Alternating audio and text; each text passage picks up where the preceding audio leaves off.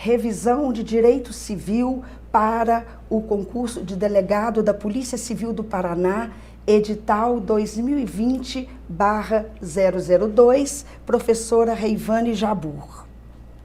Olá, pessoal, olá você que está aí na reta final da preparação para o concurso de delegado da Polícia Civil do Paraná. Nós estamos aqui diretamente do estúdio A Prova, em Belo Horizonte, para proferir uma revisão final acerca do conteúdo de direito civil, tudo com o afã de coadjuvá-los nesta boa preparação que precisarão ter para alcançarem a tão sonhada aprovação. Claro que é impossível conseguirmos rever todo o conteúdo de direito civil nesta oportunidade, em virtude da absoluta falta de tempo. Se é verdade que, por um lado, o direito civil é uma das matérias mais interessantes, porque disciplina as relações jurídicas que fazem parte do nosso dia a dia, que fazem parte do nosso cotidiano. Por outro lado, não se pode negar a extensão da nossa matéria.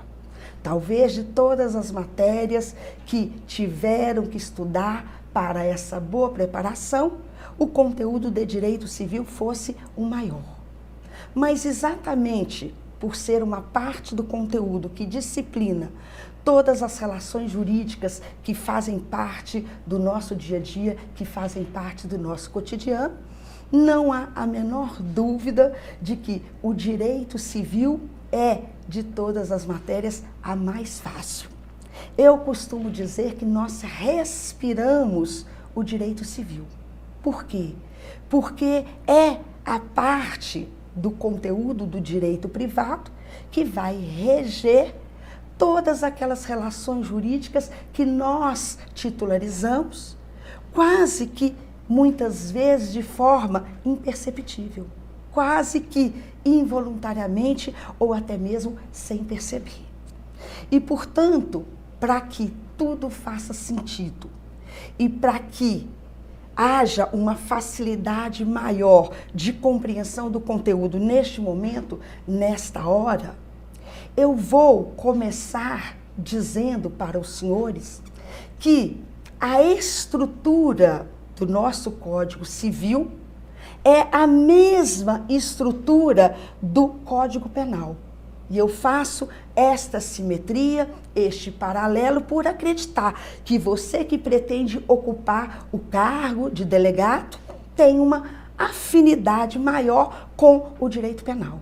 Então, acredito que esta comparação, esta simetria entre o Código Penal e o Código Civil pode lhe ajudar nesta reta final, nesta revisão. Por que que a estrutura do Código Civil é a mesma estrutura do Código Penal? Porque assim como o Código Penal é dividido em duas partes, uma primeira parte geral e uma segunda parte especial, o Código Civil que disciplina, que rege o direito civil, também é dividido em duas partes. Uma parte geral e uma outra parte especial.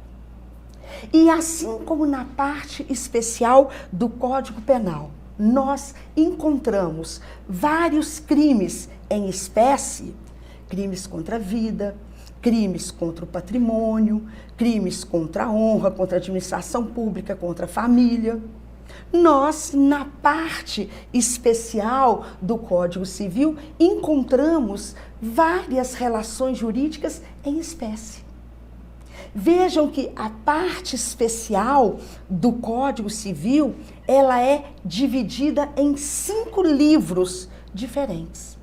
E cada um destes 5 livros da parte especial disciplina uma relação jurídica diferente. Por exemplo, o primeiro livro da parte especial do Código Civil é o que disciplina as obrigações. O que são obrigações? São relações jurídicas intersubjetivas, porque são titularizadas por pessoas, de um lado o credor, de outro lado o devedor, que se relacionam em torno de uma prestação consistente no dar, fazer ou não fazer alguma coisa. Essas relações jurídicas obrigacionais, que estão disciplinadas no primeiro livro da parte especial do Código Civil, são constituídas voluntariamente, mediante a celebração de contratos ou até por declarações unilaterais de vontade, como podem ser constituídas involuntariamente, em razão do cometimento de um ato ilícito ou até mesmo por força de lei. Então, o que faz com que uma pessoa seja credora de outra? Ou, se preferirem, o que faz com que uma pessoa seja devedora de outra? Ou porque elas celebraram contratos e assumiram voluntariamente obrigações de dar, fazer ou não fazer alguma coisa, ou porque houve uma declaração unilateral de vontade, por exemplo, promessa de recompensa, ou porque quem cometeu ato ilícito e causou dano ficará obrigado a reparar o dano, ou porque a lei obriga as pessoas a darem, fazerem ou deixarem de fazer alguma coisa. Vejam, o livro número 2 da parte especial disciplina as relações jurídicas obrigacionais. As relações jurídicas empresariais, que são relações jurídicas que são disciplinadas pelo direito de empresa. O direito empresarial é ramo também do direito privado, tal como o direito civil. O livro número 3 trata do direito das coisas, disciplinando ali o legislador para nós uma relação jurídica completamente diferente daquela anterior disciplinada no livro 1.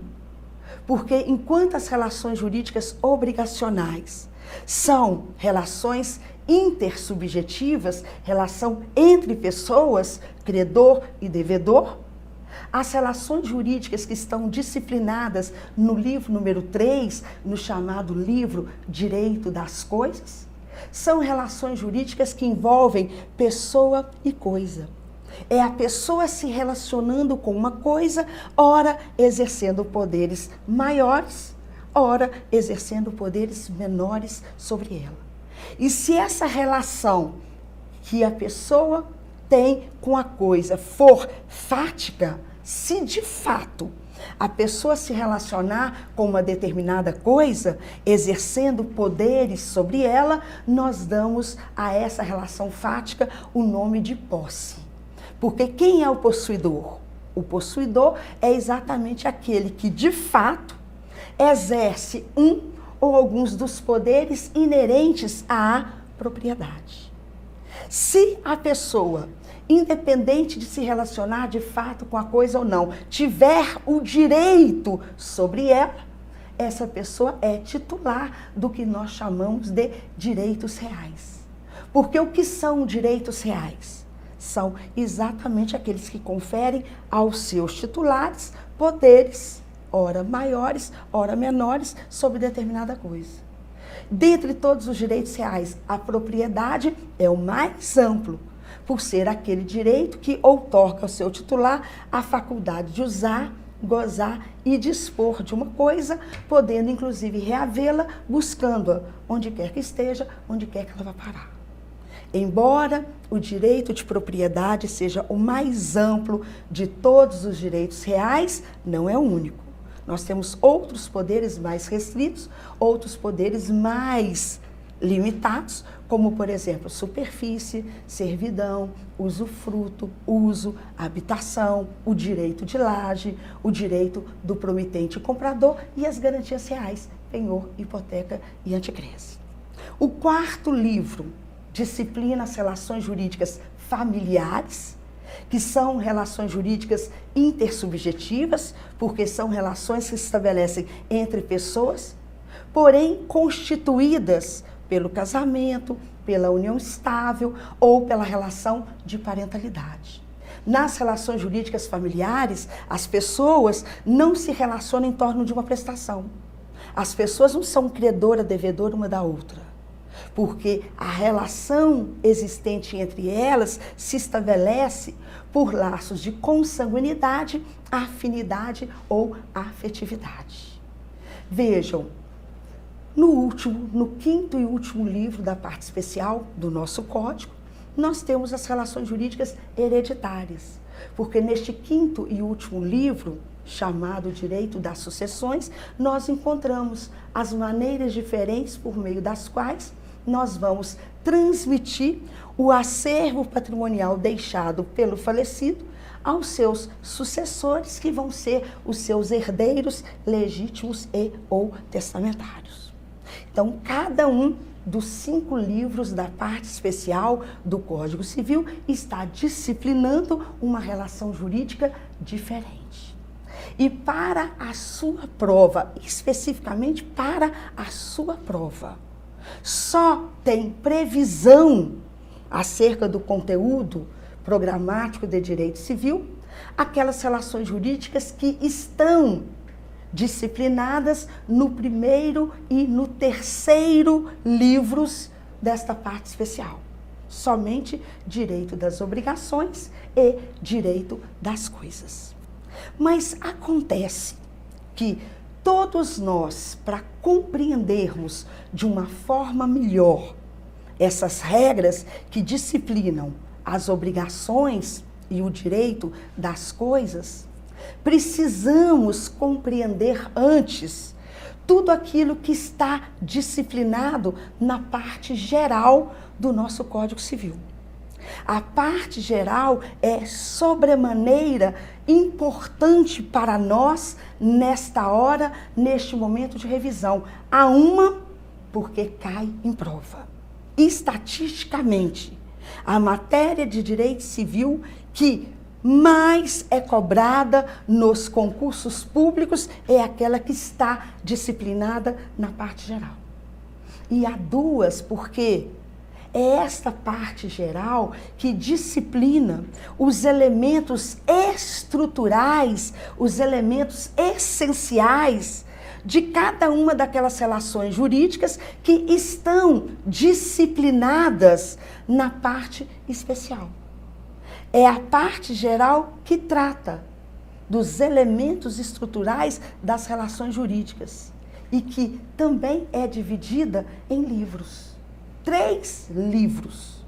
O primeiro que trata dos sujeitos de direito, nos mostrando quem tem aptidão para titularizar as relações jurídicas.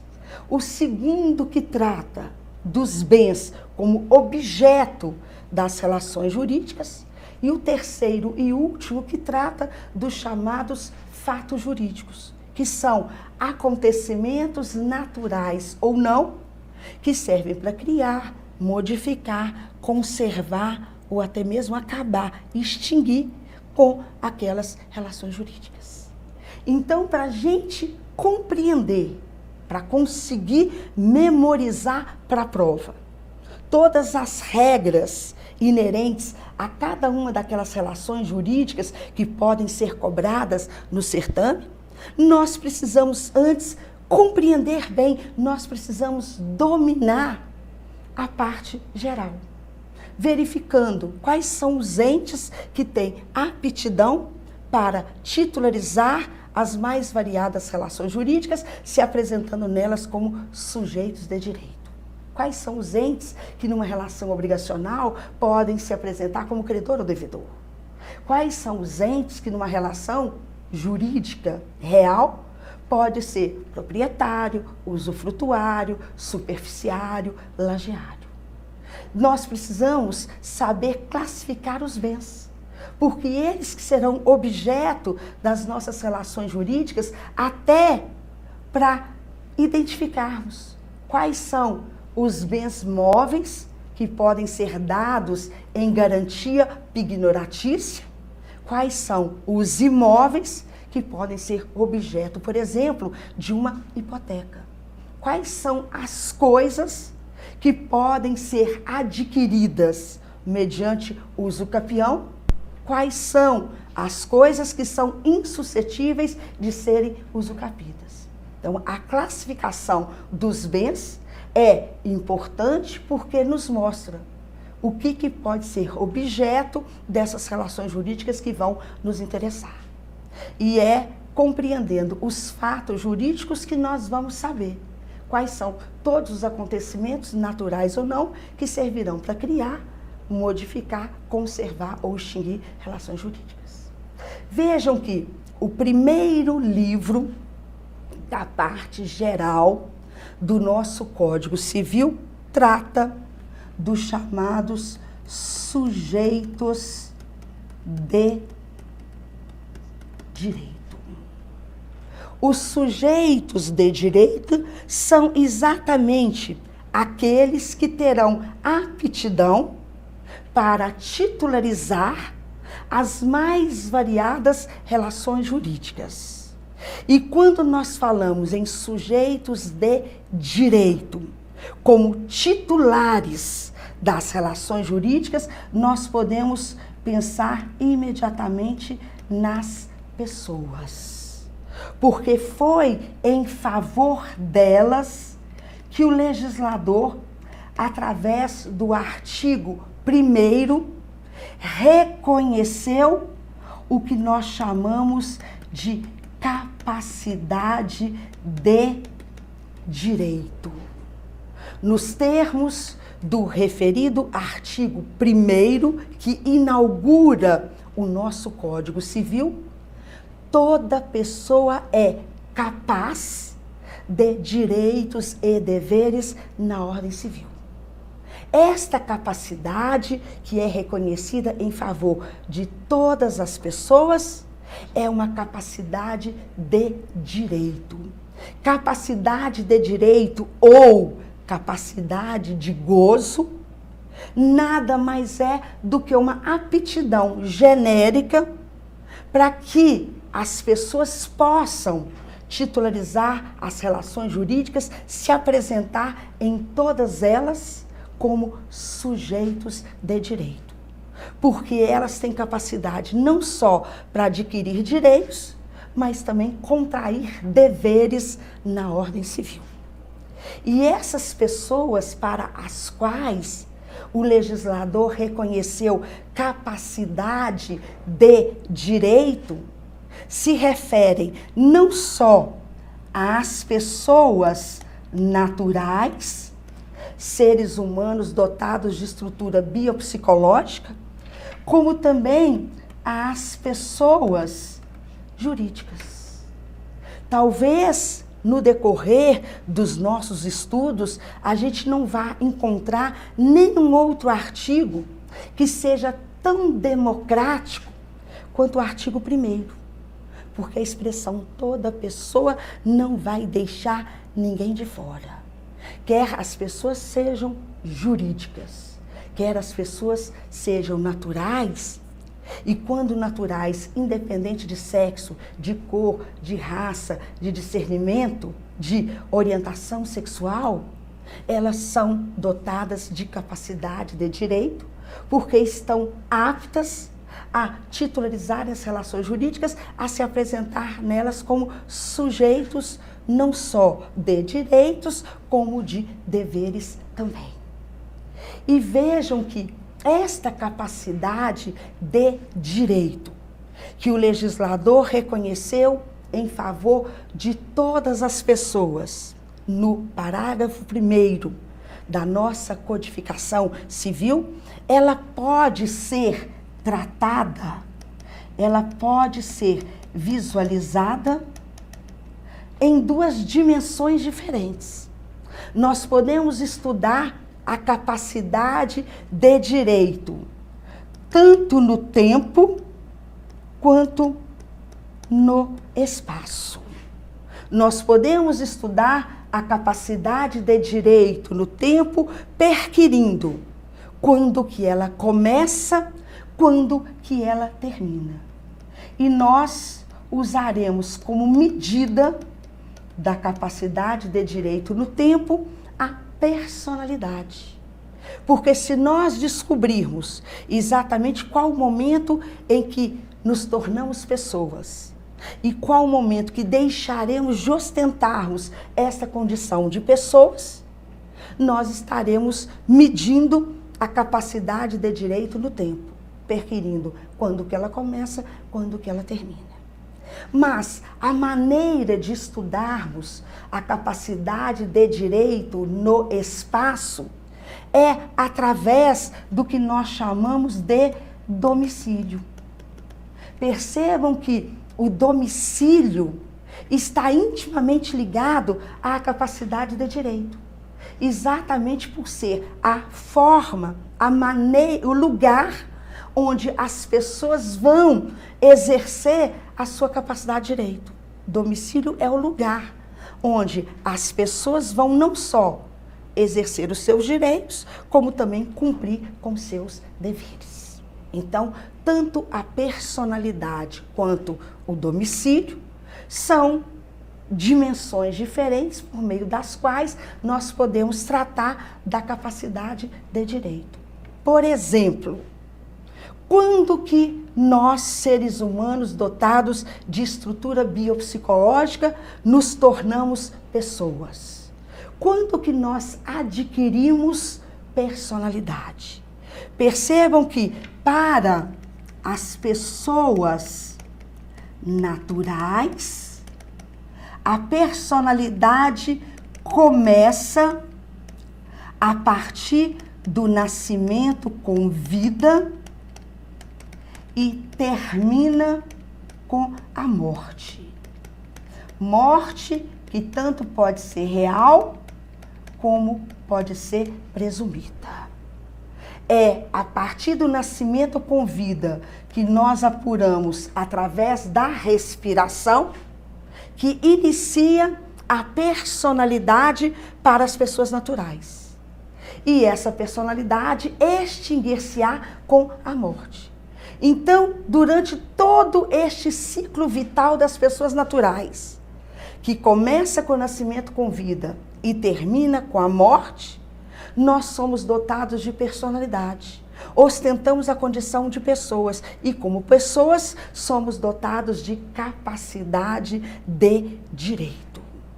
Já as pessoas jurídicas, elas são entes abstratos criados na forma da lei para certas atividades que tanto podem ser de interesse público, quando são pessoas jurídicas de direito público, quando podem ser pessoas jurídicas de direito privado, quando vão ser criadas para finalidades que atendam aos interesses particulares. E vejam que as pessoas jurídicas de direito privado adquirem personalidade, passam a ter existência legal a partir do registro do ato constitutivo no cartório competente. É o registro que dá vida às pessoas jurídicas, dá existência legal, constituindo-as como pessoas dotadas de personalidade e, portanto, aptas a titularizarem relações jurídicas. E pessoas jurídicas não morrem. As pessoas jurídicas se dissolvem. Uma dissolução que tanto pode ser voluntária quanto forçada através de um processo de liquidação, através de um processo de falência. Então, percebam que nós estabelecemos o início e o fim da personalidade, tanto para as pessoas naturais quanto para as pessoas jurídicas. E durante todo esse intervalo de tempo, que para as pessoas naturais começa a partir do nascimento com vida e termina com a morte, que para as pessoas jurídicas de direito privado começa com registro e termina com a dissolução, nós reconhecemos personalidade. E como toda pessoa, ficarão dotadas de capacidade de direito. Estarão aptas a titularizarem as mais variadas relações jurídicas. Mas muito cuidado para não confundirem a capacidade de direito que nós reconhecemos em favor de todas as pessoas, quer sejam elas naturais, quer sejam elas jurídicas, com o que chamamos de capacidade de fato. Meus queridos, existem duas espécies de capacidade disciplinadas pelo direito civil. A capacidade de direito, que o legislador reconheceu em favor de todas as pessoas, e a capacidade de fato. Enquanto a capacidade de direito diz respeito à aptidão que todas as pessoas têm para titularizar as relações jurídicas, figurando nelas como sujeitos, admitindo que todas as pessoas possam ser, numa relação jurídica obrigacional, credor ou devedor, que numa relação jurídica real possam ser proprietários, usufrutuários, usuários, lagiários. A capacidade de fato é aquela que vai habilitar as pessoas a exercerem pessoalmente os atos da vida civil. A capacidade de fato é a mesma coisa que capacidade de exercício. E essa capacidade de fato nós só reconhecemos em favor das pessoas naturais. E mesmo assim não são todas as pessoas naturais não. Porque essa capacidade de fato as pessoas naturais só adquirem através da maioridade ou através da emancipação. Maioridade e emancipação são maneiras diferentes através das quais as pessoas vão adquirir essa capacidade de fato que vai permitir que elas possam exercer pessoalmente os atos da vida civil. Maioridade, que se dará naturalmente a partir dos 18 anos completos, e a emancipação, que tanto pode resultar da concessão dos pais, quanto da sentença do juiz, ou por força de lei, como efeito do casamento, do exercício de emprego público efetivo, colação de grau em curso de ensino superior, ou estabelecimento civil ou comercial, que propicie ao menor, com 16 anos completos, economia própria. Vejam, sabendo que existe uma capacidade de direito, que nós reconhecemos em favor de todas as pessoas, e uma capacidade de fato que só se adquire com a maioridade ou emancipação, fica mais fácil compreendermos a aparente antinomia, aparente contradição existente na redação dos artigos 1º, 3º e 4º do Código Civil. O artigo 1º fala assim: toda pessoa é capaz. O artigo 3º fala que são absolutamente incapazes os menores de 16 anos. O artigo 4º fala que são relativamente incapazes para certos atos ou quanto à maneira de exercê-los. Os que estiverem no limite etário de 16 a 18 anos, os ébrios habituais, os viciados em tóxicos, ou aqueles que por causa transitória ou permanente não puderem exprimir a sua vontade. Ora, se por força do artigo 1º toda pessoa é capaz, como poderia o legislador, através dos artigos 3º e 4º, referir-se a pessoas absoluta ou relativamente incapazes? Afinal de contas, toda pessoa é capaz ou não? Quando o legislador, no artigo 1º, diz toda pessoa é capaz, ele está se referindo à capacidade de direito. Mas quando o legislador, através dos artigos 3º e 4º, se refere a pessoas que são absoluta ou relativamente incapazes, ele está se referindo à falta de capacidade de fato. Daí a teoria da incapacidade do direito civil. A teoria da incapacidade está para o direito civil, assim como a teoria da inimputabilidade está para o direito penal. Do mesmo jeito que no direito penal nós temos os inimputáveis, aqui no direito civil nós temos os absolutamente incapazes. Aqui, assim como se tem lá os semi-imputáveis, aqui nós temos os relativamente incapazes. E assim como existem os imputáveis, a quem nós podemos responsabilizar criminalmente, aqui nós temos as pessoas capazes, porque estão habilitadas a exercerem pessoalmente os atos da vida civil. Então, muita atenção para estas duas espécies de capacidade que são disciplinadas pelo Código Civil nesse primeiro livro da parte geral. A capacidade de direito para nos mostrar quais são os entes que estão aptos a titularizarem relações jurídicas. E a capacidade de fato para nos mostrar quais são as pessoas naturais que estão habilitadas a exercerem pessoalmente os atos da vida civil, não precisando nem de representação e nem tampouco de assistência. Eu fecho este primeiro bloco agradecendo a sua atenção, agradecendo a sua audiência. Espero ter conseguido trazer à tona todos esses aspectos importantíssimos acerca do direito civil que, estatisticamente, pode ser cobrado na sua prova, porque reiteradas vezes tem sido. Mas eu volto com uma segunda aula para prosseguirmos com as nossas considerações. Muito obrigada e eu desejo do fundo do meu coração um bom estudo para todos.